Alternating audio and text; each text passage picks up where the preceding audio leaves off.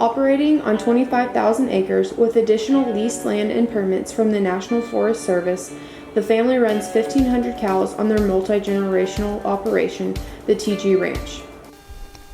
Typically what we focus on, or what I focus on mostly, is the grasslands. Because basically we're in the grass business. We only have cows as a harvesting mechanism. And so if you don't have healthy grasslands, you don't have much when it comes to ranching. On the part of the ranch that is native grassland, we rotate cattle regularly so it doesn't get overgrazed. And then some of the place that the range wasn't in that good a condition, if it was suitable, we farmed it and seeded improved pasture species, and the production is probably 10 times what it was before.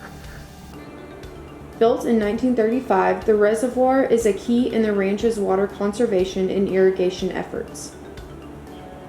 We catch snow melt basically out of the mountains in that drainage, and so we can impound that until we need it.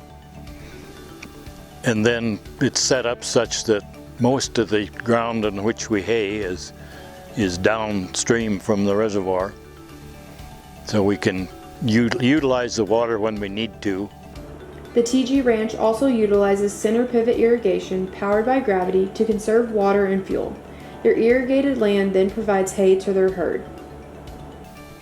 That was about 12 years ago, I think, that we decided that I did, that it was probably a good thing to look at to try to save some water, because there was some drought years and we never had water enough. And by flood irrigation, it isn't very efficient. So there's a lot of those areas that went unirrigated. And when you rely on the crop for raising your own hay to get through the winter, you kind of need that. So we looked into that. And that was at the time when we were leasing part of the ranch. So I did all the legwork with the help of the NRCS, drawing up plans, and when we put the gravity system in, it allowed us to get rid of a diesel-powered generator and pump that we had been powering that system with. So we're using less fuel, less oil, and the beauty of it is that gravity never fails. It's the same every day. To David, sustainability means taking care of the property so it will take care of you. Well, it's important for us to be able to make a living, because like you say, you have to take care of things if you're going to make a living on it.